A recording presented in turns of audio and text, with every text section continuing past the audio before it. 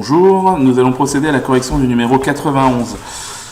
Donc il faut placer des points A, B, C, D d'affixes respectives ZA égale 1,5i.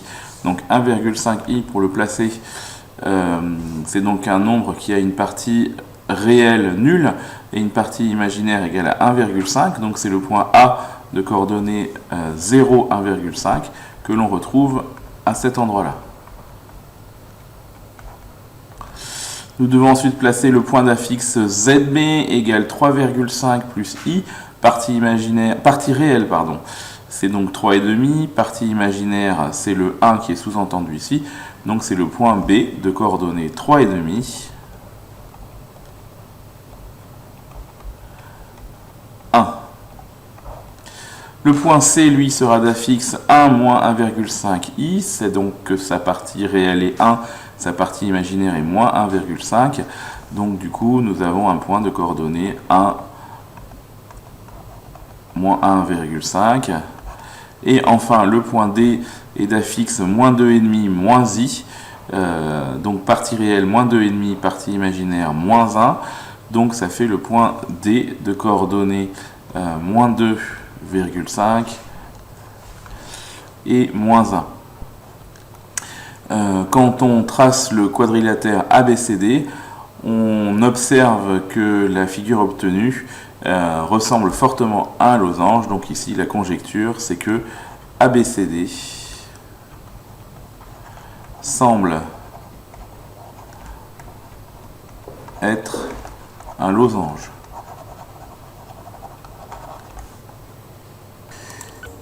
Il faut maintenant démontrer cette conjecture.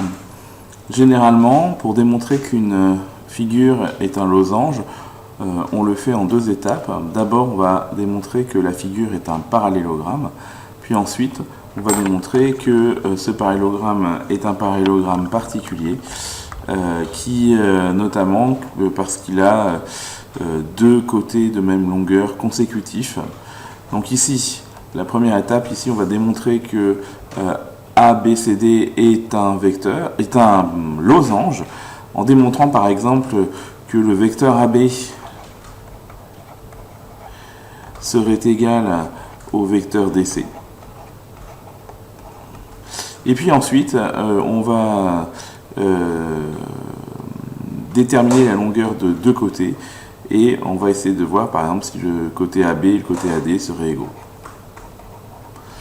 Si on arrive à démontrer tout ça, eh bien alors on aura réussi à démontrer que la figure est un losange. Pour démontrer que deux vecteurs sont égaux avec les complexes, c'est très simple, il suffit de démontrer qu'ils ont les mêmes affixes. Donc nous allons nous intéresser au vecteur AB. Le vecteur AB, je rappelle que son affixe c'est ZB moins ZA. Je rappelle que l'affixe d'un vecteur se calcule en prenant l'affixe du point d'arrivée, donc ZB, moins l'affixe du point de départ, ZA. Donc ZB moins ZA, quand on calcule, c'est donc égal à une soustraction avec ZB qui lui vaut 3,5 plus I, et puis ZA qui vaut 1,5 I. On effectue la soustraction, donc 3,5 va rester tout seul, puisque il n'y a pas de partie imaginaire pour le point A. Et puis plus I, c'est-à-dire plus 1i moins 1,5i, ça va faire moins 0,5i. Donc on a l'affixe du vecteur AB qui est donc égal, alors je vais le mettre ici, qui est donc égal à 3,5 moins 0,5i. Donc 3,5 moins 0,5i. Nous avons donc l'affixe du vecteur AB, et dans ce dessin, le vecteur AB, lui, qui est ici, va être égal au vecteur DC. Donc le vecteur DC, son affixe se calcule d'après la formule. L'affixe du vecteur, c'est toujours le point d'arrivée ZC moins ZD, que l'on calcule ici. ZC moins ZD donc une soustraction. La fixe du point C, c'est 1 moins 1,5i. La fixe du point D, c'est moins 2,5 moins i. Ici, il y a un moins. Et donc, la chose à ne surtout pas oublier, ce sont ces parenthèses extrêmement importantes qui, si vous les oubliez, vont complètement déstabiliser le calcul.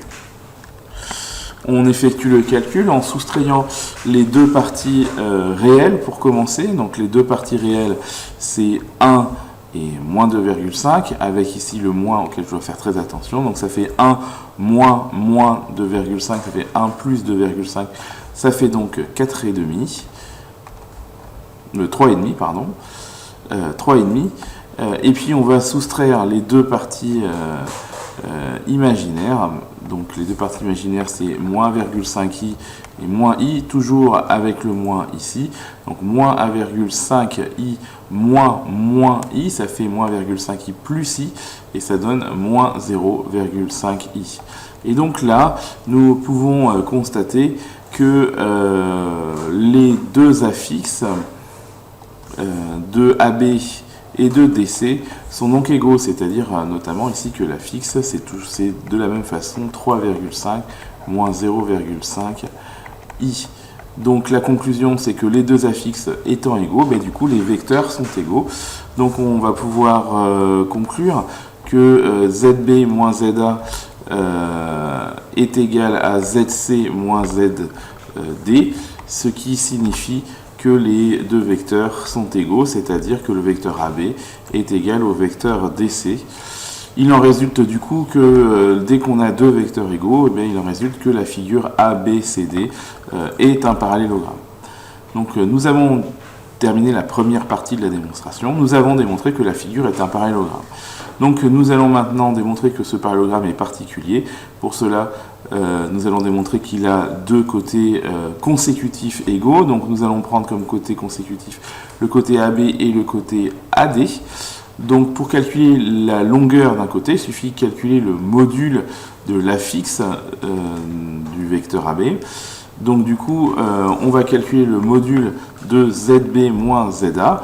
Le module de ZB moins ZA, on va donc reprendre ce qui est ici. ZB moins ZA, c'est donc moins 3,5 moins 0,5i. Donc on va prendre le module de 3,5 moins 0,5i. Là, je vous passe les calculs. On calcule à l'aide de la formule racine carrée de a au carré plus b au carré. Et on trouve que ça fait racine de 12,5. De la même façon, on va calculer le module pour ZD moins ZA pour calculer la distance AD. En remplaçant, on trouve bien sûr 3,5 moins 0,5 moins ZD moins ZA. Non, il faut le calculer. Donc ZD moins ZA, ZD c'est moins 2,5 moins I et ZA c'est 1,5i. Donc en effectuant le calcul, on trouve moins 2,5 moins 2,5i. Donc ça, il y a un petit calcul à faire. Et puis après, en utilisant la formule toujours racine carrée de a carré plus b carré, c'est-à-dire racine carrée de moins 2,5 au carré plus moins 2,5 au carré, on retrouve la racine de 12,5 et on constate ici que ces deux modules sont égaux et donc ABCD est donc un parallélogramme qui a deux côtés consécutifs de même longueur et il en résulte que ABCD est un rectangle, est un losange. Oh là là.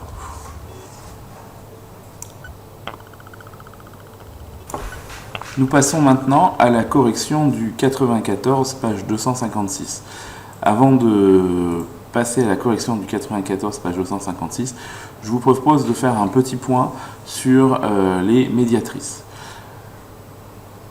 Donc les médiatrices, je rappelle que la définition géométrique d'une médiatrice est la suivante.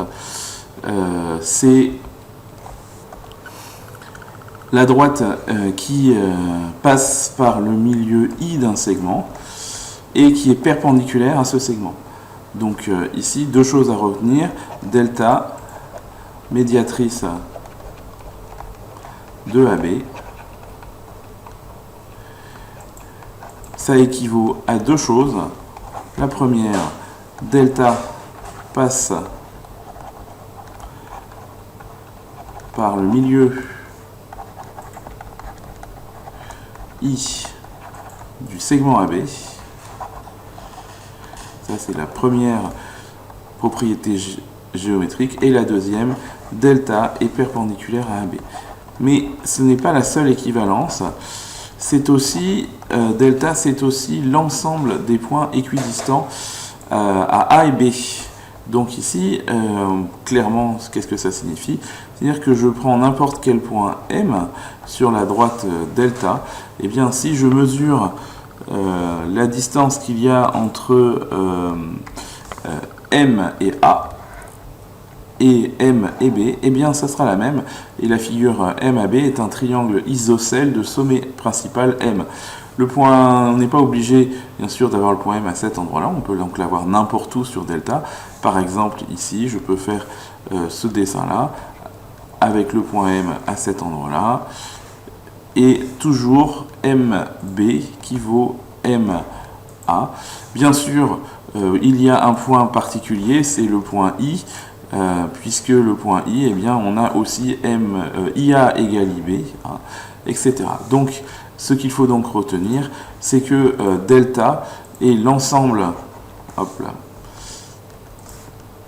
delta est l'ensemble de tous les points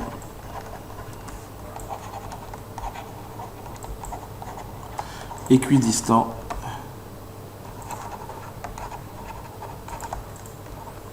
à A et B. Et en l'occurrence, c'est donc, on a donc M appartient à delta équivaut à ce que MA égale MB. Et donc cette propriété très particulière d'équidistance est extrêmement utile ici. Hein, donc c'est pour ça que j'insiste un petit peu. N'importe quel point M de la droite delta est à équidistance de A et B. Nous revenons sur l'exercice. Donc sur la figure ci-contre, on a placé des points A, B, C, D d'affixe moins I, 2 plus I et moins 1 plus 3I. Et là, on a tracé deux médiatrices, delta et delta prime. Delta prime est la médiatrice de BC, delta est la médiatrice de AB. Et on nous demande de prouver que les points M d'affixe Z appartiennent à delta si et seulement si le module de Z moins moins I est égal au module de Z moins moins moins I. Donc on va procéder à cette démonstration. Que se passe-t-il si M appartient à delta? Donc on peut déjà voir ça sur le dessin. Eh bien, si je prends un point M sur delta, je peux donc observer la distance de M avec les points A et B. En l'occurrence, en faisant ceci, je m'aperçois que le point M est équidistant de A et B, quelle que soit la position de M sur delta. C'est normal puisque delta est la médiatrice de AB. Donc voici ce qu'on attend de vous. Donc on commence la démonstration de cette première question. Nous savons que M appartient à delta. Ça équivaut à quoi? Eh bien, ça équivaut à ce que AM soit égal à BM, puisque le point M est équidistant de B et de A. Alors, il faut expliquer pourquoi. Car delta est la médiatrice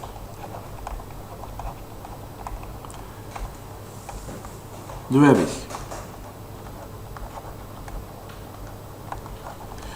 Or, qu'est-ce que c'est que la distance à M? La distance à M, nous savons que c'est l'équivalent d'un module. C'est le module de deux nombres de la différence entre les affixes de M et de A, en commençant par celui de la fin, donc Z indice M moins Z indice A. Or, le module, l'affixe de M s'appelle Z. Et l'affixe de A, c'est moins I. Ce qui fait que AM est égal à Z plus I. Passons maintenant à BM. BM, c'est le module de la différence entre ZM, la fixe de M, moins ZB, la fixe de B. La fixe de M s'appelle Z. La fixe de B, lui, comme B est de coordonnées 2, 1, eh bien c'est moins 2 plus I.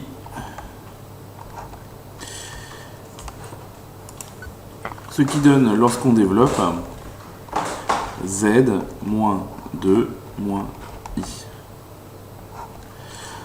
On ne cherche pas à calculer ces modules, puisque ici, de toute façon, nous avons Z, mais à finir la phrase ici. Donc, du coup, M appartient à delta, ça équivaut. Nous allons remplacer AM, qui est ici, par sa valeur.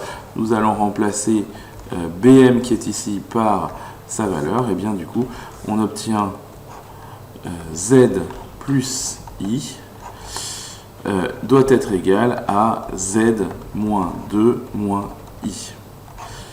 Alors ici, peut-être dans l'énoncé, il y avait marqué moins moins I, hein, mais bien sûr, vous savez que moins moins, ça fait plus. Passons à la question suivante. On nous demande de caractériser de la même façon M appartient à delta prime.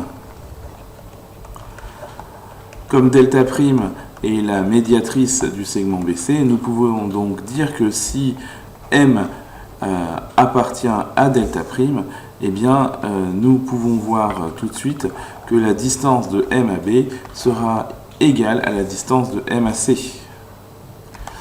Donc, M B, alors plutôt qu'écrire MB, je vais écrire BM, doit être égal à CM. Car delta prime est la médiatrice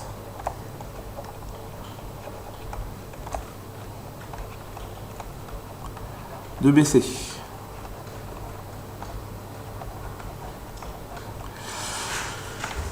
Nous allons maintenant parler de BM. Une distance peut s'écrire à l'aide d'un module qui constitue de la différence entre la fixe de M, ici, moins la fixe de B. La fixe de M, c'est Z, et la fixe de B n'a pas changé, c'est toujours 2 plus I, qui correspond toujours à Z moins 2 moins I. De la même façon, nous allons calculer CM, qui est donc le module de Z, M, point d'arrivée, moins Z, C, point de départ, c'est-à-dire Z, moins, et le point C, lui, est de coordonnées moins 1, 3, donc ça fait moins 1 plus 3i. En développant, bien sûr, nous obtenons à l'intérieur du module Z plus 1 moins 3i. Conclusion, M, on va plutôt l'écrire ici, M appartiendra à delta prime.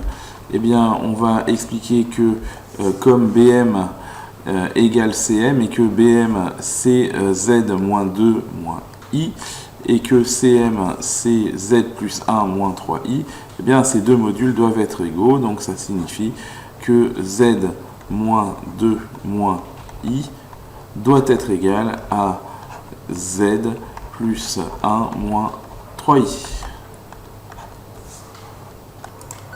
Nous passons maintenant à la dernière question. J'ai recopié en haut du tableau le résultat de la première question. M appartient à delta équivaut à ce que le module de Z plus I soit égal au module de Z moins 2 moins I. Et le résultat de la deuxième question qui est que M appartient à delta prime si le module de Z moins 2 moins I est égal à module de Z plus 1 moins 3I. On nous demande de déterminer et de représenter l'ensemble des points M de Z tel que, et là on a 3 modules qui sont égaux, et on observe très facilement que cette première égalité ici correspond à celle-ci, ce qui signifie donc que le point M recherché appartient forcément à delta. Ensuite, on observe que l'égalité ici correspond à celle-ci, ce qui veut donc dire que M appartient aussi à delta prime. Ça signifie donc que le point recherché appartient à delta et delta prime, qui correspond donc au point que je suis en train de noircir ici. Donc ici, on va donc pouvoir répondre que l'ensemble des points M tel que module de Z plus I soit égal au module de Z moins 2 moins I soit égal au module de Z plus 1 moins 3I, en fait, est le point d'intersection entre delta et delta prime. Quand on sait que le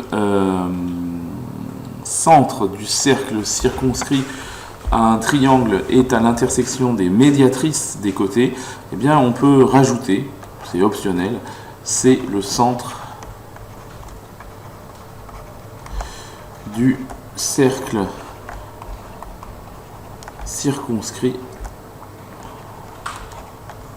au triangle ABC. Cercle qu'on peut éventuellement tracer de la façon suivante. Tout simplement, on se met à l'intersection des médiatrices et on constate relativement facilement que ce cercle circonscrit de centre, le point d'intersection de delta et delta prime, passe bien par les 3 sommets du triangle. Voilà pour la fin de cet exercice. Pour continuer votre travail, je vous propose aujourd'hui de travailler sur plusieurs exercices. Je vous demande donc de commencer à faire le numéro 92, page 256.